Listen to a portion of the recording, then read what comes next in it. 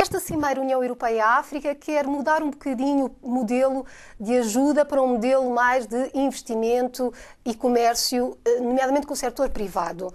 No que é que isso vai traduzir? Os nossos setores tradicionais são tradições da agricultura, onde a produtividade está aumentando. Esse já é um passo importante. E isso gera a necessidade de agroindústria. E isso gera, ainda com maior acuidade, a necessidade de nós termos infraestruturas para poder alimentar esses processos. Ou então do turismo. A África, como sabe, é um centro turístico importante, não somente pelas suas praias, mas sobretudo por aquilo que tem a natureza, a fauna bravia e outras coisas. E qual seria o papel dos europeus, nomeadamente nesta nova parceria de comércio e investimento? Qual é o modelo que seria desejável para otimizar então esse crescimento? A Europa pode e deve continuar a fazer é apoiar-nos, sobretudo nas infraestruturas, na formação e no combate àquelas doenças que nós conhecemos que são perigosas. Em Moçambique está-se a trabalhar ainda em fase relativamente avançada, digamos assim, na pesquisa da vacina contra a cólera para as crianças. A mão da Europa tem sido muito forte no apoio à criação dessas instituições. Moçambique hoje praticamente tem mais de 40 instituições de ensino superior distribuídas em todas as províncias. Mas o facto é que a taxa de pobreza não tem decrescido como se calhar seria de esperar. Ainda metade da população vive na pobreza.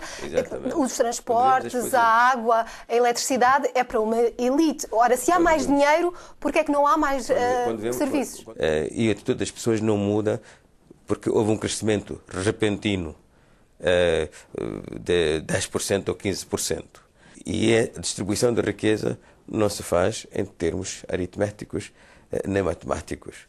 Faz-se pelos empregos, faz-se pelos hospitais que estejam mais próximos, por infraestruturas, etc, etc, etc. E isso tudo, cada uma dessas coisas leva muito tempo a fazer e a construir.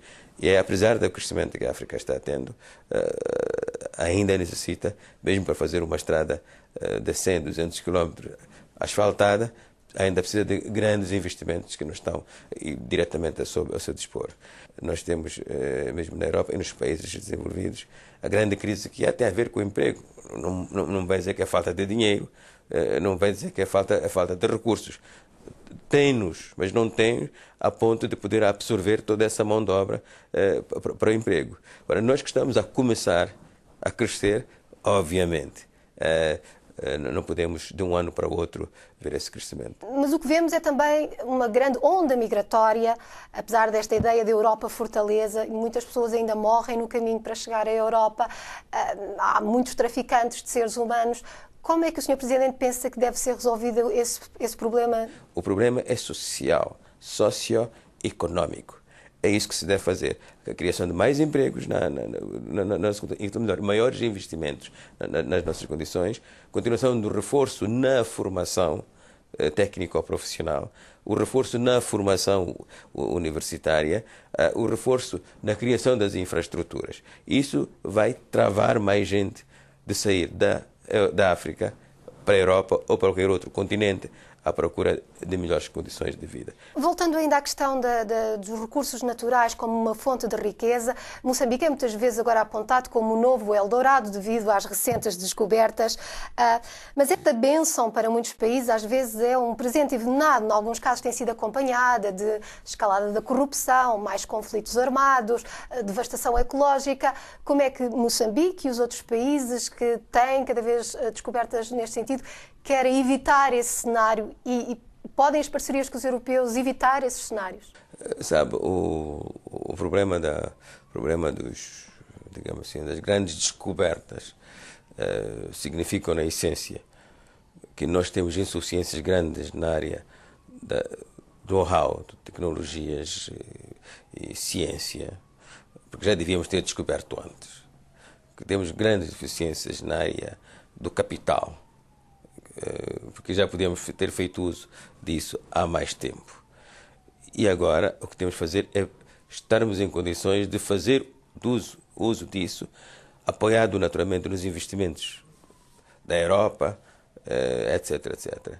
E este uso que se vai fazer vai permitir que nós tenhamos mais recursos para podermos investir. Havendo estes recursos, aquilo que surgir como impostos, oportunidades, etc, etc, deve utilizar para enriquecer os nossos orçamentos. Eu queria fazer uma pergunta sobre a paz no continente. A União Europeia é um dos maiores contribuintes para missões de pacificação. Temos esta situação agora na República Central Africana, também no Mali.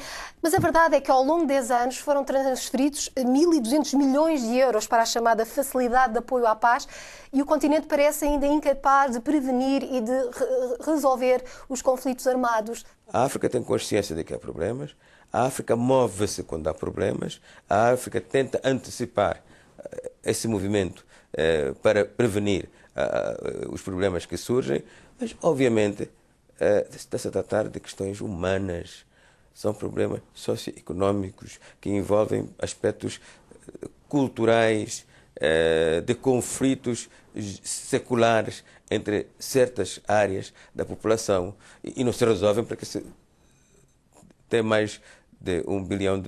Estas missões são úteis? Faz parte da solução, mas não é a solução. Sim, precisamos de continuar a ter o apoio da Europa, mas não pensemos que o apoio da Europa é uma varinha mágica que chega lá e resolve todos os problemas. Oxalá fosse.